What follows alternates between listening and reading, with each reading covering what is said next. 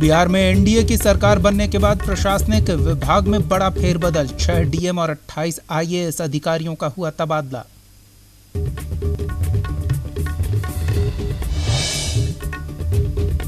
CM Nitish ने गठबंधन टूटने को लेकर दी सफाई, कहा भ्रष्टाचार के मुद्दे पर समझौता नहीं कर सका, हमारे पास कोई दूसरा विकल्प नहीं था। जेडीयू के सभी विधायकों ने मेरे फैसले का समर्थन किया।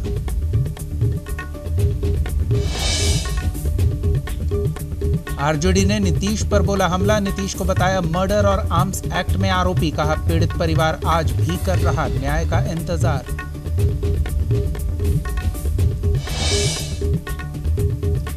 नवगठित बिहार सरकार के खिलाफ दायर याचिका हाईकोर्ट में खारिज, आरजेडी ने नीतीश सरकार के खिलाफ दायर की थी याचिका, सबसे बड़ा दल होने के बावजूद नहीं दिया गया था सरकार बनाने का मौका।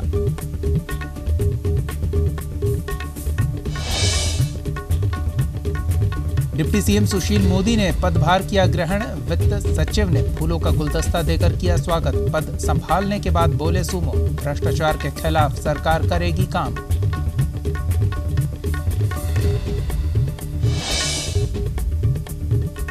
देवघर में श्रम मंत्री राज परिवार को मिली जान से मारने की धमकी, मोबाइल पर मैसेज कर मांगी गई 1 करोड़ की रंगदारी।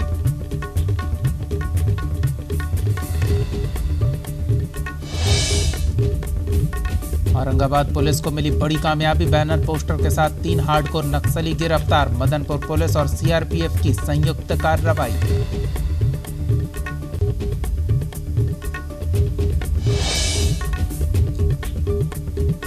मोतिहारी से डॉक्टर से रंगदारी मामला, पुलिस पर लगा कार्रवाई नहीं करने का आरोप, डॉक्टरों ने समाहरणालय के सामने किया प्रदर्शन।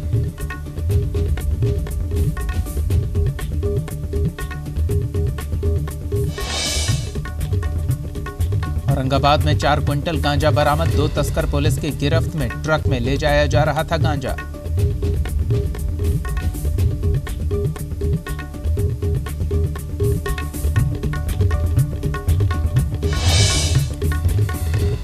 नमस्कार, आप देख रहे हैं न्यूज इंडिया और आपके साथ मैं हूं दीपक कुमार। मुख्यमंत्री नीतीश कुमार ने शपथ लेने के बाद पहली बार मीडिया को संबोधित किया। इस दौरान उन्होंने कहा कि इस्तीफा देने के बाद मैंने अपनी बात रखी थी। नीतीश कुमार ने कहा कि उन्होंने महागठबंधन सरकार चलाने की पूरी कोशिश की।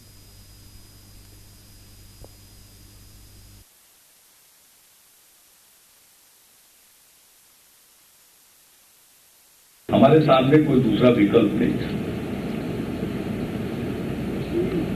महागठबंधन की सरकार चलाने का हमने अपनी क्षमता भर और गठबंधन धर्म का पालन करते हुए हमने पूरी कोशिश की। कई प्रकार की कठिनाइयां आती रही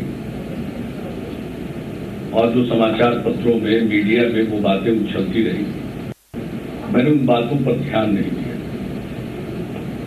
खासकर राष्ट्रीय जनता दल की तरफ से अनेकों बार आपत्तिजनक बयान आए जो गठबंधन धर्म के बिल्कुल विपरीत था। पिछले वर्ष भी राजद से जुड़े हुए एक व्यक्ति के कुछ वक्तव्यों के कारण जो स्थिति उत्पन्न हुई, मैंने कहा कि मैं इन बातों को संज्ञान में नहीं लेता हूं, मैं सबकी बात का नोटिस नहीं लेता हूं, मुझे कुछ नहीं कहना है, लेकिन मैंने साफ कह दिया था कि कानून अपना काम करे। इसका उत्तर मिल गया कि इस मामले में कोई समझौता नहीं किया जा सकता। लेकिन अगर आप ध्यान दीजिएगा कि उस समय जितने तरह के वक्तव्य आए थे, यहां तक कि मेरे ऊपर जो कुछ भी कहा गया, तो आरजेडी के अध्यक्ष माननीय लालू जी ने भी कोई स्पष्ट तौर पर कोई बात नहीं कही। मेरे बारे में जो कहा जा रहा था उसको उन्होंने बिल्कुल इग्नोर किया, और उनके बारे में उनकी पार्टी का कह रहा है उसके बारे में कहा उसने क्या गलत किया। तो हम लोगों को क्या इतराज है उनकी पार्टी का कोई आदमी उनके बारे में जो कुछ भी बोले। लेकिन हमने इन सब चीजों को झेला है, एक बार नहीं अनेक बार। लेकिन मैंने उस पर ध्यान नहीं दिया और ये मांग कर सकते थे इस प्रकार का गठबंधन है, इसमें अच्छी बातें होंगी। हमारी पार्टी की तरफ से आरजेडी के सुप्रीम लीडर के खिलाफ किसी ने कोई बात नहीं कही। तथ्यगत उसके बारे में स्पष्टीकरण देना चाहिए, उसका एक जवाब देना चाहिए, तो इससे आम जनमानस में बेहतर प्रभाव जाएगा और हम लोगों के लिए भी बेहतर होगा, ताकि हम लोग भी इस बात को कह सकें। लेकिन जो समाचार पत्रों में जो केस रजिस्टर किया गया, उसे आप FIR मानते हैं, जो भी मानते हैं, वो सारी बातें आई है, उसके मद्देनजर तो स्पष्ट करना ही चाहिए। सारी बात चलने लगेगी इस्तीफा क्यों दे रहे हैं। मैं जानना चाहता हूं कि पिछले 20-21 दिनों में बिहार और बिहार ही नहीं, देश भर के मीडिया में जो ये सीधे क्वेश्चन मार्क मेरे ऊपर था कि भाई इतने दिनों से जो इनका काम करने का तौर तरीका रहा है, भ्रष्टाचार के खिलाफ जीरो टॉलरेंस की बात करते रहे हैं, तो ऐसी स्थिति में ये क्या करेंगे? ये सारे प्रश्न तो उठ रहे थे। 26 तारीख को आरजेडी लेजिस्लेचर पार्टी की मीटिंग हुई दिन में 12 बजे, और जो बात सामने आई तो जब अखबार में आ गया 25 तारीख को कि उनकी मीटिंग होने वाली है 12 बजे, तब फिर हमारे पार्टी के चीफ व्हिप इन लोगों ने कहा, हमने कहा आप भी 26 की शाम में बुला लीजिए, तो कम से कम स्थिति भी फिर स्पष्ट हो जाएगी। दिन के उनकी मीटिंग के सामने आएगी, उस रोशनी में हम लोग अपने पार्टी में डिस्कस करेंगे। हम तो इस्तीफा मांग नहीं रहे थे, इस्तीफा नहीं देंगे। मीडिया में बात जरूर आ रही थी, देना चाहिए, बहुत लोग मांग कर रहे थे, वो एक अलग बात है। लेकिन उसके बाद और स्पष्टीकरण के बारे में कह दिया, जो भी कहना होगा हम लोग उपयुक्त स्थल पर कहेंगे। तो ये कुल मिलाकर स्थिति यह आ गई कि साहब इसके बाद असेंबली का सेशन होने वाला है और अब तो हम लोगों को निर्णय लेना पड़ेगा। और जो मैंने कहा 11 जुलाई की बैठक में, जिसका हमने आपको जिक्र किया, state executive, legislature party, district presidents, हमारे सारे प्रकोष्ठ के अध्यक्ष और जो पिछले चुनाव में जीत नहीं सके लेकिन हमारे उम्मीदवार थे, वे भी आमंत्रित। और उस मीटिंग में लोगों ने हमको ऑथोराइज किया, आप जो डिसीजन लीजिएगा हम लोग आपके साथ हैं और आपको निर्णय लेना चाहिए। और लोगों ने जो अपनी बात रखी थी, जिसका मैंने जिक्र कर दिया, वैसा था, मुझको लोगों ने ऑथोराइज किया हुआ। और तब जब लेजिस्लेचर पार्टी की मीटिंग हमने बुला ली और पूरी स्थिति हुई 6 बजे, उस मीटिंग में हमने फिर से सारी बात रख दी कि यह स्थिति आई है। और अब मेरे मन में यह बात आ गई है कि भाई अब हम इस सरकार को नहीं चला सकते, इसलिए मैं त्याग पत्र देना चाहता हूं। मेरे विधायक दल ने पूरे तौर पर इसको इंडोर्स किया। बिहार में महागठबंधन की सरकार गिरने के बाद आरजेडी ने 1991 में हुए हत्याकांड में मृतक सीताराम सिंह के भाई का वीडियो दिखाते हुए मुख्यमंत्री नीतीश कुमार का इस्तीफा मांगा। आरजेडी नेता जगदानंद सिंह ने कहा कि नीतीश कुमार पर हत्या का संगीन आरोप है, दर्ज प्राथमिकी में उनका नाम है, पीड़ित परिवार न्याय की मांग कर रहा है, इसलिए नीतीश कुमार को इस्तीफा देकर मामले में न्यायिक प्रक्रिया का सामना करना चाहिए।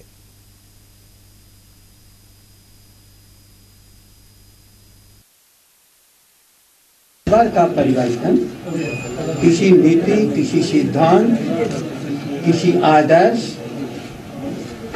से अलग, चाहे नीतियां कितनी भी सही हो, देश के लिए कितनी भी आवश्यक हो, लेकिन सत्ता का प्रधान वही हो सकता है या उसके सहयोगी वही हो सकते हैं जिस पर कोई भी विषय आईपीसी की किसी धारा में उस पर कोई अपराध कायम न हुआ। और मैं समझता हूं कि भारत के इतिहास में ये पहली बार इस परिवर्तन का विषय बना है। बिहार में सेक्युलर पार्टी जेडीयू अब कथित सांप्रदायिक पार्टी बीजेपी के साथ है। बिहार में अब अगले चरण की लड़ाई अल्पसंख्यक वोट बैंक की है, जंग शुरू हो चुकी है। बिहार में महागठबंधन टूटने के बाद अब अल्पसंख्यकों को लेकर वोट बैंक की खींचतान शुरू हो गई है। आरजेडी के प्रदेश अध्यक्ष रामचंद्र पूर्वे ने कहा कि अल्पसंख्यकों ने बीजेपी और आरएसएस के खिलाफ महागठबंधन को वोट दिया था। अब जेडीयू के बीजेपी के साथ जाने से वो ठगासा महसूस कर रहे हैं। ये लोग चाहते हैं आरएसएस भाजपा जो असहिष्णु कट्टर हिंदूवाद, तो असहिष्णु कट्टर हिंदूवाद में विश्वास करने वाली पार्टी जो भाजपा है, उसमें हिंदुस्तान में जो अन्य धर्म मानने वाले लोग हैं, जो ईसाई धर्म मानने वाले हैं, जो इस्लाम धर्म मानने वाले हैं, चाहे अन्य धर्म मानने वाले लोग हैं, उस सफोकेशन में रहेंगे कि नहीं। अब मतलब कि सरकार बनी, सरकार का मुखिया श्री नीतीश कुमार जी बने। लालू प्रसाद यादव जी ने कहा कि 80 विधायक लालू प्रसाद यादव जी के साथ था, फिर भी नीतीश कुमार जी को मुख्यमंत्री बनाया गया कि गठबंधन की सरकार ही नहीं चले, बल्कि गठबंधन की जो नीति है, आरएसएस भाजपा विरोधी जो सामाजिक न्याय धर्म निरपेक्षता की नीति है, वह भी चले। लेकिन जो राजनीतिक घटनाक्रम हुआ जिसमें नीतीश कुमार जी चले गए उधर, अब नीतीश कुमार जी उधर चले गए, एनडीए की सरकार बिहार में हो गई, तो स्वाभाविक है कि जिन लोगों ने मैंडेट दिया था गठबंधन को, जिनके मैंडेट से गठबंधन की सरकार बनी, वह तो ठगा हुआ महसूस कर रहा है। सांप्रदायिकता का तमगा आरजेडी ने जेडीयू पर लगाया तो नीरज कुमार ने भी पलटकर वार कर दिया। जेडीयू प्रवक्ता ने एक फेहरिस्त गिना दी कि जेडीयू ने अल्पसंख्यकों के लिए क्या क्या किया है। कौन सा अपराध किया है। माननीय नीतीश कुमार जी ने जो सुशासन का मॉडल स्थापित किया, चाहे वो अलीगढ़ मुस्लिम यूनिवर्सिटी की स्थापना हो, तो भारतीय जनता पार्टी सरकार में तो उसने विरोध तो नहीं किया। अल्पसंख्यकों के तालीम के लिए अगर हमने स्कॉलरशिप दिया तो उसमें कोई विरोध नहीं। हमने कब्रिस्तान की घेराबंदी की जो सांप्रदायिक दंगे का एक महत्वपूर्ण कारक था। हमने भागलपुर दंगे का रीओपन करवाया, कहीं कोई विरोध नहीं। माननीय नीतीश कुमार जी नीतियों के आधार पर जो धर्मनिरपेक्षता उनके जेहन में, सेक्युलरिज्म उनके जेहन में है, उनके कर्म में है, भाषण में नहीं है। इसलिए राष्ट्रीय जनता दल चूंकि भ्रष्टाचार जैसे घिनौने आरोप से गिर चुकी है, तो स्वाभाविक रूप से अपने महापाप में समाज के गरीब तबके, जिनका तालीम आवश्यक, जिनके जीवन का उन्नयन आवश्यक, प्रत्येकता नारी के लिए महत्वपूर्ण काम किया जाना आवश्यक, वो उनको बर्दाश्त और मंजूर नहीं होता है। वो जानते हैं कि माननीय नीतीश कुमार जी समाज के अल्पसंख्यक तबके के उन्नयन के लिए काम करते हैं। उधर बीजेपी के प्रदेश अध्यक्ष नित्यानंद राय ने भी रामचंद्र पूर्वे के बयान पर पलटवार कर दिया। राय ने रामचंद्र की इस राय पर कह दिया कि आरजेडी ने अल्पसंख्यकों का ठेका नहीं ले रखा। हमारे नरेंद्र मोदी जी के साथ है, पूरा बिहार आज हमारे नरेंद्र मोदी जी के साथ है और नीतीश कुमार मोदी के साथ है, एनडीए के साथ है, तो इसमें कोई नाराज नहीं है। और रामचंद्र पूर्वे जी क्या अल्पसंख्यक समाज के ठेका ले रखे हैं? जो ठेका ले रखे थे परिवार को बढ़ाने का, वह भी ठेका अब रद्द हो चुका है। बहरहाल महागठबंधन टूटने के बाद बिहार में अल्पसंख्यक वोट बैंक को नए सिरे से लपकने की होड़ मची है। अपने अपने दावे हैं, लेकिन बीजेपी जेडीयू का ये नया गठबंधन चुनाव की कसौटी पर कितना खरा उतरेगा, ये तो वक्त ही बताएगा। पटना से नीरज त्रिपाठी की रिपोर्ट, न्यूज़ इंडिया। बिहार में नीतीश कैबिनेट के नए मंत्रिमंडल विस्तार के बाद कई मंत्रियों ने पदभार ग्रहण किया। इस दौरान सभी मंत्रियों के विभागीय कार्यालय पहुंचने पर उन फूल का गुलदस्ता देकर उनके स्वागत किए गए।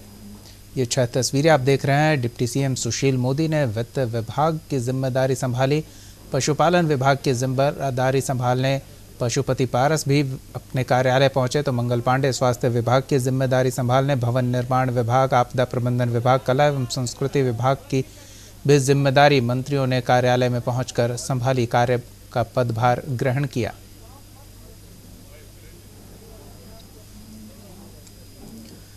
बिहार में नीतीश कुमार की अगुवाई वाली सरकार के गठन को चुनौती देने वाली जनहित याचिका को पटना हाईकोर्ट ने खारिज कर दिया है। राजद विधायक सरोज यादव की जनहित याचिका पर मुख्य न्यायमूर्ति राजेंद्र मेनन की खंडपीठ ने सुनवाई करते हुए कहा कि यह संवैधानिक प्रक्रिया है। बता दें कि जनहित याचिका में कहा गया था कि राज्यपाल ने प्रक्रिया का पालन नहीं किया और सरकार गठन के लिए उन्होंने विधानसभा की सबसे बड़ी पार्टी को आमंत्रित नहीं किया।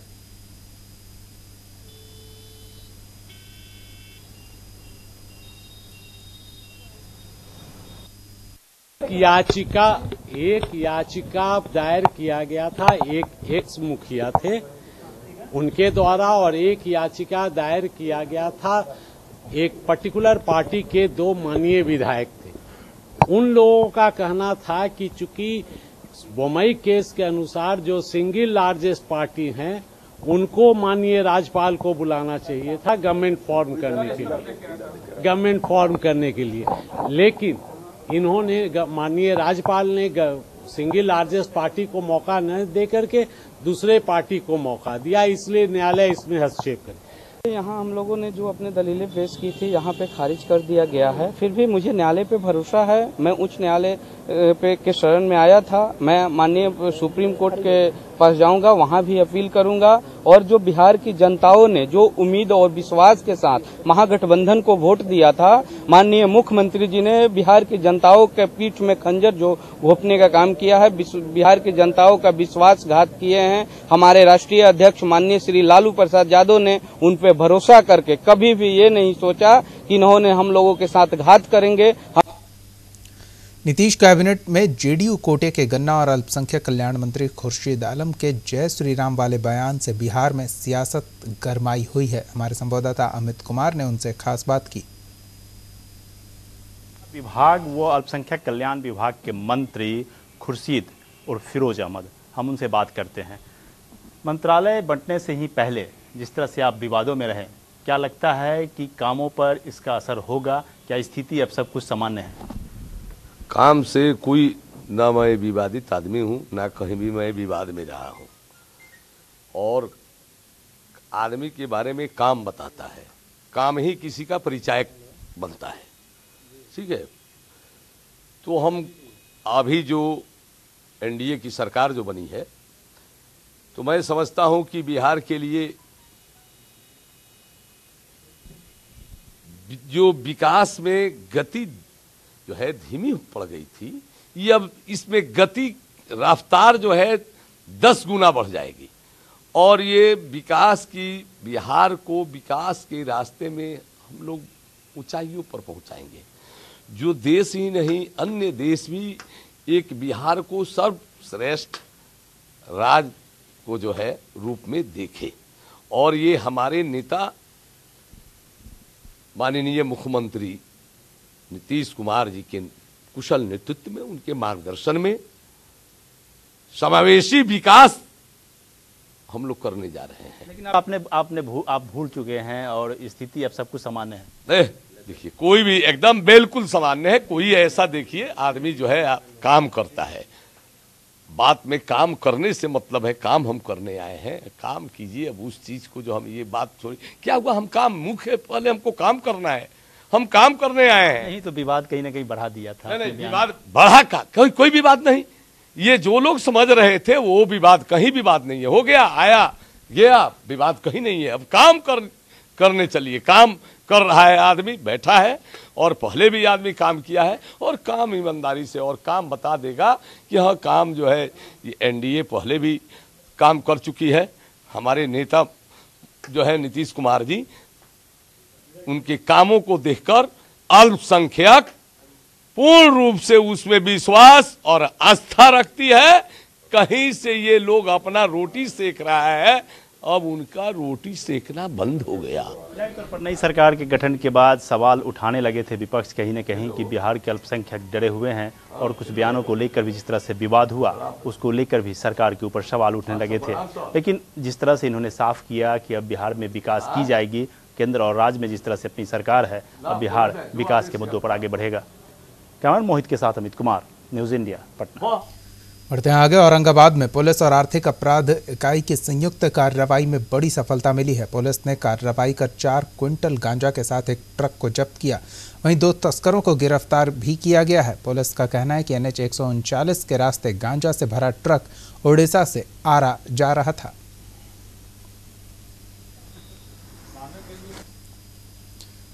आरा के नगर थाना इलाके के धनपुरा के रिमांड होम में राहुल कुमार यादव की संदेहास्पद मौत के मामले में वीडियो वायरल हुआ है। मृतक राहुल के माता पिता और समाजवादी पार्टी के प्रदेश सचिव ने प्रेस कॉन्फ्रेंस कर कहा कि राहुल की हत्या प्रशासन की लापरवाही का नतीजा है। उन्होंने मृतक के परिवार को उचित मुआवजा देने और हत्या में शामिल अभियुक्तों को दूसरे जेल में स्थानांतरित करने की मांग की। मांग पूरी नहीं होने पर आंदोलन की भी चेतावनी दी गई।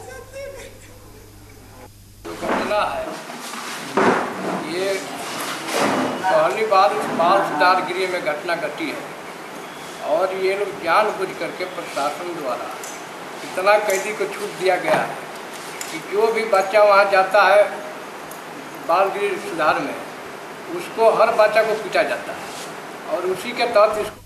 झारखंड की राज्यपाल द्रौपदी मुर्मू अपने पैतृक आवास ओडिशा के रायरंगपुर जाने के बाद जमशेदपुर पहुंची, जहां परिसदन में उन्होंने मीडिया से मुखातिब होते हुए CNT-SPT विधेयक में गड़बड़ी होने के कारण इसके संशोधन को खारिज करने की बात कही।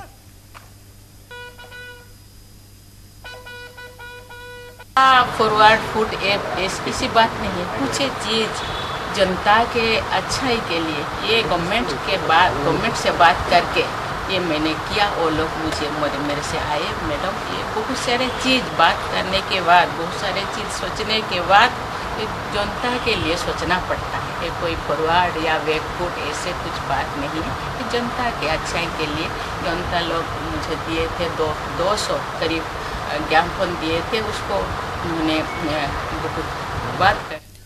एक तरफ झारखंड में वन महोत्सव मनाया जाता है, वहीं दूसरी ओर पर्यावरण से खिलवाड़ भी किया जा रहा है। देखिए ये रिपोर्ट। झारखंड में जहां एक तरफ वन महोत्सव मनाया गया, वहीं दूसरी ओर एक पेड़ एक सेल्फी की बात करने वाले CM रघुवर दास से राजधानी के पेड़ मुझे बचा लो की गुहार लगा रहे हैं। वन धरती का फेफड़ा जो हमें शुद्ध हवा देता है और लोगों को ताजगी, एक शक्ति देता है। और वन और प्रकृति के बिना जीवन अधूरा है। चाहे अपनी हम जीवन को देखें या फिर अध्यात्म को देखें या फिर जीविका का सीधा संबंध प्राकृतिक से है, वन से। और इसलिए बीते 2 वर्ष से जहाँ वन महोत्सव सरकारी कार्यालय में मनाया जाता है, इसी दौर के लिए ये केवल राजभवन के लिए नहीं, सारी विश्व के लिए आज जैसे पर्यावरण का अवस्था ऐसे हो गया है कि टाइम पे बारिश नहीं, कहाँ सुखाड़ हो रहा है, कहाँ ज़्यादा बारिश हो रहा है। इसीलिए पूरा विश्व में आज पर्यावरण को ज़्यादा इम्पोर्टेंस दिया गया है। निजी स्वार्थ और पैसों की खातिर पेड़ों पर होर्डिंग्स और बैनर से अब शहर के लाखों पेड़ जकड़े हुए नजर आ रहे हैं, जिसके लिए कार्रवाई करने की बेहद दरकार है। सालों से तो बोल रहा हूँ कि पेड़ में भी लाइफ होता है। अगर हम महान वैज्ञानिक थे जगदीश चंद्र बोस, तो जिन्होंने कहा था कि जीव में भी गुस्सा होता है, जीव में भी संवेदना, पेड़ों में भी गुस्सा होता है, पेड़ों में भी संवेदनाएं होती हैं, पेड़ों में भी जीवन होता है। तो आप उसी से अनुमान लगा सकते हैं कि जब आप इस पर कील ठोकते हैं, चाहे जब आप इस पर कांटी लगाते हैं, जब आप इसको बांधते हैं, तो इसको कितना कष्ट होता होगा। तो इसको हम लोग कहते हैं क्रूसिफिकेशन, करने का आप धीरे धीरे उसको मृत्यु की तरफ ले जा रहे हैं पेड़ों को। तो ऐसे ही पूरे विश्व में पेड़ लगाने की बात चल रही है। हम लोग क्या कर रहे हैं, जो पेड़ हमारे एग्जिस्टेंस है उसको हम अपने मकसद के लिए इस्तेमाल कर रहे हैं, बहुत मतलबी इस्तेमाल कर रहे हैं। अगर ये पेड़ ही नहीं रहेगा तो हमको ऑक्सीजन कौन देगा। आज जो रांची में आप देख रहे हैं कि उमस की स्थिति बन रही जो पहले नहीं होती थी। रांची नगर निगम के मेयर इस मामले में लगातार कार्रवाई करते रहने की बात कह रही हैं।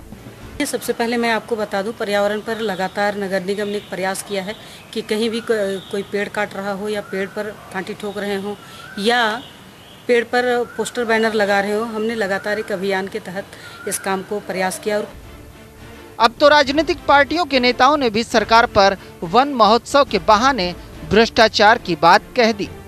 बड़ी बड़ी बातें करने से कुछ नहीं होता है, इसको धरातल पर उतारना होगा।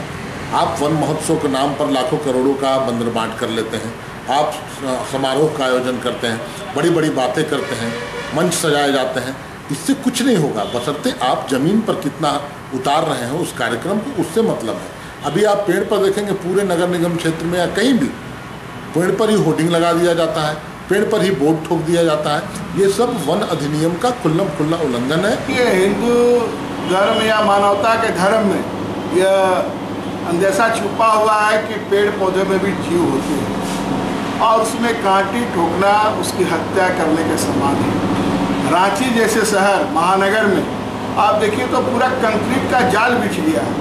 यहाँ बारिश नहीं हो रही है, लोग इस मानसून के सीजन में भी बारिश के लिए लोग तरस रहे हैं। कंक्रीट का जाल हो गया है, बादल ऊपर क्रॉस कर जा रहे हैं। अगल बगल के क्षेत्रों में बारिश हो रही है पर मेन शहर में बारिश नहीं हो रही है। इसके लिए पूरी तरह से हम आप सभी लोग जिम्मेवार हैं।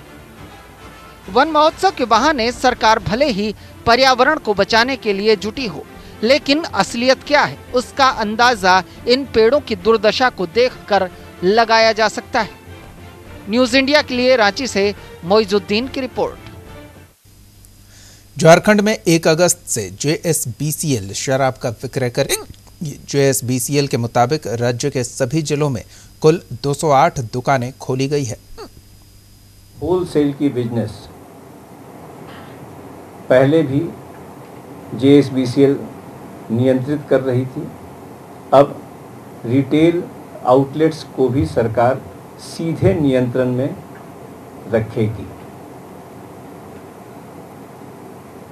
यह चूंकि एक नीति में परिवर्तन था और व्यवस्था खड़ी करने में समय लगता, इसको ध्यान में रखते हुए सरकार ने अप्रैल से लेकर जुलाई 31 तक यानी आज तक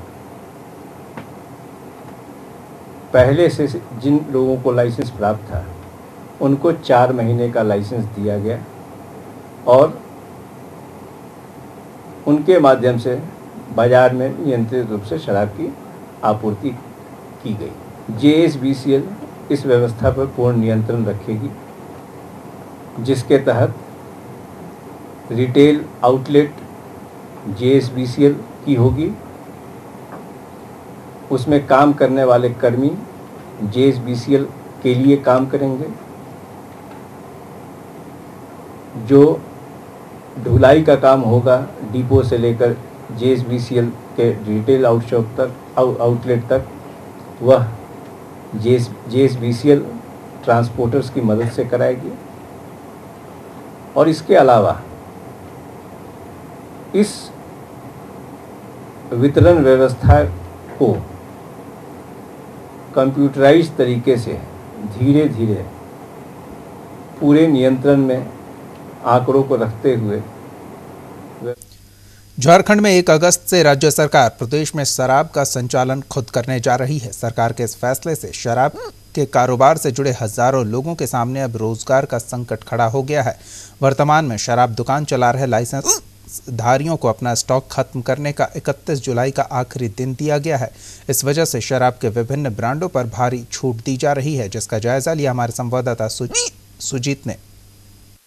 1 अगस्त से झारखंड सरकार खुद शराब बेचेगी। झारखंड सरकार के इस निर्णय के बाद हजारों ऐसे परिवार हैं जिन पर रोजी रोटी का संकट आ खड़ा हो चुका है। इस वक्त हम हैं रांची के एक शराब दुकान पर, जहां पे देख सकते हैं कि आज आखिरी दिन है जो ये शराब दुकान खुली हुई है और जो शराब दुकान में जो स्टॉक है उसको कहीं ना कहीं खपाने को लेकर जो यहाँ दुकानदार हैं उन्होंने कई ऐसे जो ब्रांड है शराब की बोतलों का जो ब्रांड है उस पर इन्होंने भारी छूट दी हुई है। यहाँ पे आप देख सकते हैं कि फुल बोतल पे 100 रुपये और हाफ पर 50 रुपये, नी पर 25 रुपये तक की यहाँ पर छूट दी जा रही है। चूँकि झारखंड सरकार अब 1 अगस्त से खुद शराब बेचेगी, उसके बाद जो व्यवसायी है शराब व्यवसायी है उनका जो दुकान है शराब की, वहाँ पर जो स्टॉक है उनको कहीं ना कहीं खपाने को लेकर ये ऑफ़र दिया जा रहा है। और कहीं ना कहीं सरकार के इस निर्णय के बाद जो शराब व्यवसायी हैं उनमें भी कहीं ना कहीं रोष दिखा जा रहा है। हमारे साथ सेल्समैन है, इनसे आखिर जानेंगे। सरकार कल से खुद शराब बेचेगी, आपको क्या लगता है आप लोग का रोज़गार भी छीन जाएगा, क्या कहेंगे? कहना तो यह है कि अभी बरसात के समय में रोज़गार छीन जाना बड़ा ही कठिन होगा, ना किसी का घर नहीं गुजारा जाता है, लेकिन बरसात में तो रोज़गार उजड़ जाएगा, कहाँ काम करेंगे हम लोग। इस उम्र में अब काम तो कहीं मिलेगा नहीं। करीब करीब हम लोग 10-12 साल से इस लाइन में है सेल्समैन के रूप में, लेकिन अब तो उजड़ जाएगा, फिर कहीं मिलेगा तब तो काम, कि बरसात में कहीं काम मिलेगा नहीं। क्या एसोसिएशन से आप लोगों की बात हुई है इसको मामलों को लेकर? क्या आप लोग आंदोलन करेंगे, आगे कुछ क्या करेंगे? अब आंदोलन क्या करेंगे, देखिए अब हम लोग तो गरीब आदमी, हम लोग क्या आंदोलन करेंगे, हम लोग को तो कहीं रोजी रोटी मिल जाएगा, बस वही काफ़ी है बस। तो कितने लोग लगता है कि पूरे झारखंड में कितने लोग बेरोजगार हो जाएंगे? बेरोजगार तो करीब लाखों आदमी हो जाएंगे। शराब दुकान तो है ही, इससे जुड़े बहुत लोग, ठेला खोमचे वाले लोग, ये जो कार्टून वाले लोग, पानी बोतल जो बेचता था वो लोग, सब बेरोजगार हो जाएगा। तो ये जाहिर सी बात है कि सरकार का ये जो निर्णय है और सरकार का ये साफ कहना भी है कि कहीं ना कहीं जो नकली शराब जो जिस तरह से धड़ल्ले से खासकर झारखंड में बेची जा रही थी, उसकी रोकथाम करने को लेकर सरकार खुद से शराब बेचने का निर्णय ली है। लेकिन कहीं ना कहीं ऐसे हजारों लोग हैं जो बेरोजगार हो जाएंगे, तो उनके सामने रोजी रोटी की जो समस्या है वो सामने खड़ी हो चुकी है। अपने सहयोगी मंटू सिंह के साथ सुजीत कुमार, न्यूज़ इंडिया, रांची। इस बुलेटिन में फिलहाल इतना ही। आप देखते रहिए न्यूज़ इंडिया।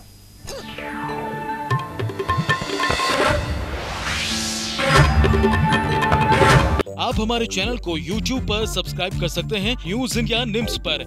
इसके अलावा आप ट्विटर पर भी हमें न्यूज़ इंडिया 17 पर फॉलो कर सकते हैं। फेसबुक पर आप newsindia.nimsUnai पर हमें लाइक कर सकते हैं।